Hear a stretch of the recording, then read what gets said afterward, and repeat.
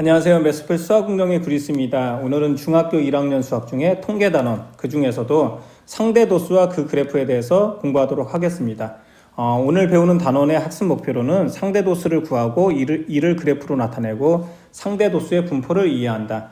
상대도수라는 것은 왜 우리가 사용을 하는지에 대해서 여러분들이 알아야 되고요. 그리고 기본적으로 상대도수를 사용할 때 어떤 식으로 우리가 나타내고 또 그래프를 어떻게 나타내는지 그 부분까지 이해를 하시고요. 먼저 첫 번째 상대도수는 무엇인가? 여러분들이 이제 절대평가하고 상대평가를 이해할 때 절대평가라는 것은 어떤 기준점을 넘어야 90점을 넘어야지만 A가 되는 것이고요. 상대평가라는 것은 예를 들어서 10%다. 그럼 전체에서 점수와 상관없이 전체를 고려한 내 어떤 위치를 반영한 것이잖아요. 그래서 상대도수도 그런 부분으로 보면 됩니다. 그래서 상대도수에 대한 개념은 바로 전체를 고려해야 되는 것이죠. 그 부분에 대해서 이해를 하시면 되고요. 윗몸 젖히기에 대한 기록이 나와 있는데 A학교하고 B학교에 보면은 총 인원이 다르잖아요. A학교는 200명이고 B학교는 100명이에요. 근데 이런 경우, 그러니까 상대도수의 개념을 왜 사용하냐면은 이렇게 전체 도수가 다른 경우 A학교와 B학교를 비교할 때 또는 관찰할 때 상대도수의 개념을 사용하는 것이죠. 예를 들면 이런 것입니다.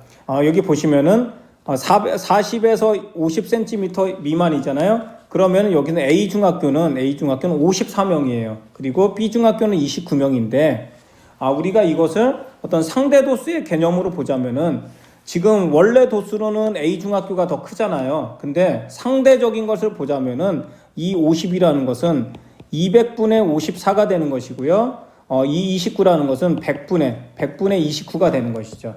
그래서 이 부분을 200이라고 생각한다면 결국에 여기서는 58명이 되는 것이잖아요. 그렇기 때문에 이 상대도수의 개념과 그 계급의 도수는 다른 것이죠. 왜냐하면 이 전체를 고려하게 되면은 이 부분 40에서 50 사이에는 전체적인 인원을 고려했을 때는 이쪽에 있는 B중학교의 학생들이 비중이 더 많다는 것이죠. 그래서 그런 부분을 이해하시면 될 것 같고요. 그래서 상대도수는 도수의 총합이 서로 다른 두 자료를 비교할 때 이 부분 나와 있죠. 그래서 이것이 바로 상대도수에서 가장 중요한 내용이라고 볼 수 있습니다. 그래서 도수의 총합이 서로 다른 두 자료를 비교할 때 각 계급의 도수 대신 각 계급의 도수가 전체에서 차지하는 비율, 그렇죠? 여기 나와 있는 것처럼 전체에서 차지하는 비율을 비교하는 것이 더 바람직하다. 그래서 상대도수의 개념을 쓰는 것이고요. 상대도수는 어떤 계급의 상대도수는 바로 전체를 고려해야 되는 것이죠. 도수의 총합분의 그 계급의 도수가 된다는 것이죠. 그런 부분을 알 수가 있고요.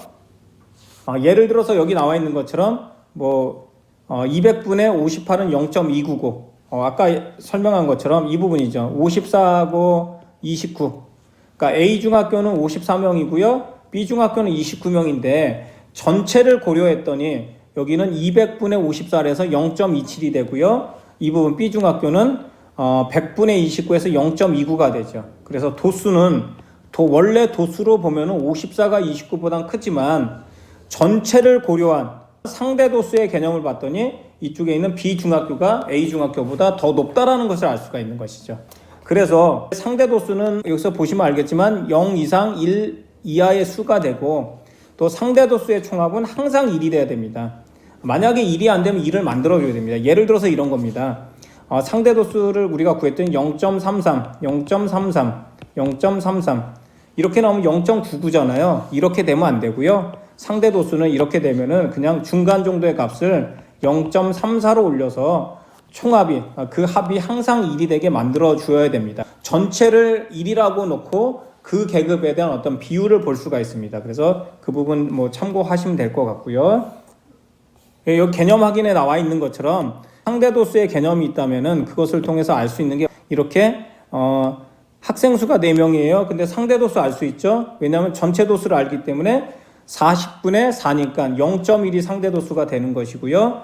반대로 80에서 90 미만. 근데 이때 상대도수가 0.4예요. 그럼 상대도수가 0.4라는 것은 결국에 전체가 40이기 때문에 그 계급의 도수는 바로 40에다가 전체 총합에다가 상대 도수를 곱해주면은 16이 되잖아요. 그래서 바로 이 계급의 도수는 16이 된다는 것을 알 수가 있죠. 이렇게 상대 도수와 도수 그 전체를 알게 되면 그것에 대한 어떤 관계를 여러분들이 찾아서 이 부분을 해결할 수 있다는 것입니다.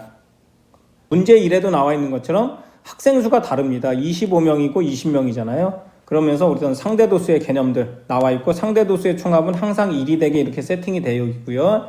그리고 여기에 나와 있는 이 부분 상대 도수에 대한 거 또 도수에 대한 거 이 부분 다 찾아서 우리가 해결을 할 수가 있죠.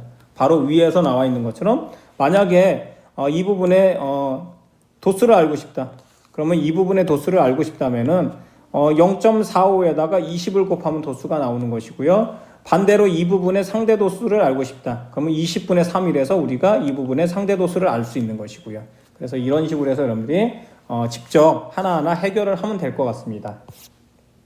상대도수의 그래프인데요. 이 부분도 상대도수 분포 다각형이라고 보시면 되겠습니다. 상대도수 같은 경우도 우리가 기본적으로 도수분포표가 있습니다. 그리고 도수분포표상에서 우리가 상대도수를 A와 B 학교에 대해서 상대도수를 다 구했고요.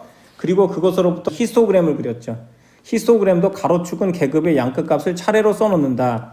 세로축은 상대도수로 한다. 상대도수는 가장 큰 것이 1이기 때문에 우리가 여기 나와 있는 것처럼 그냥 상대도수의 가장 최대값을 통해서 이렇게 표시를 해주고요. 그리고 히스토그램 또는 도수분포 다각형 같은 방법으로 그린다.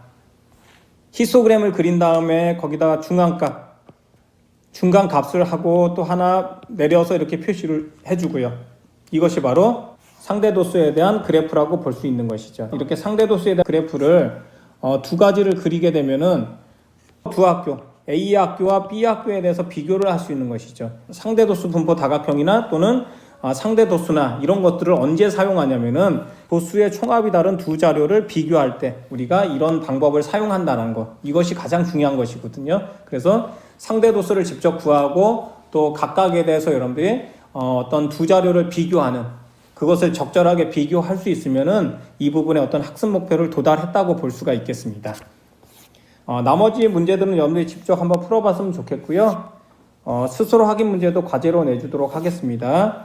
마지막에 가면은 실생활 자료의 정리와 해석인데요.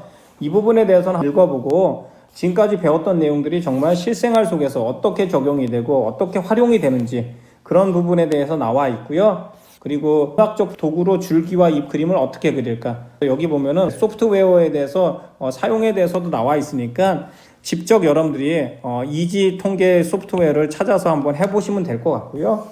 통계 자료라는 것은 우리가 직접 계산하는 것보다는 컴퓨터를 활용해서 하는 것들이 많고요. 자료나 분석이나 정리나 이런 것들은 그렇지만 중학교 단계에서 요구하는 것은 통계에 대한 기본적인 개념과 여러분들이 정리와 관찰을 위한 기본적으로 설정을 할 수 있는가에 대해서 맞추는 것이고요. 나머지들은 여러분이 어떤 컴퓨터를 활용해서 나와 있는 것이고 교과서에서 안내한 대로 직접 해결을 해보고 풀이해보는 것에 초점을 맞췄으면 좋겠습니다. 뒷부분에 나와 있는 것들도 과제로 내줄 테니까 여러분이 다 풀어서 정리하시길 바라겠습니다. 지금까지 매스풀 수학운동의 구리스였습니다.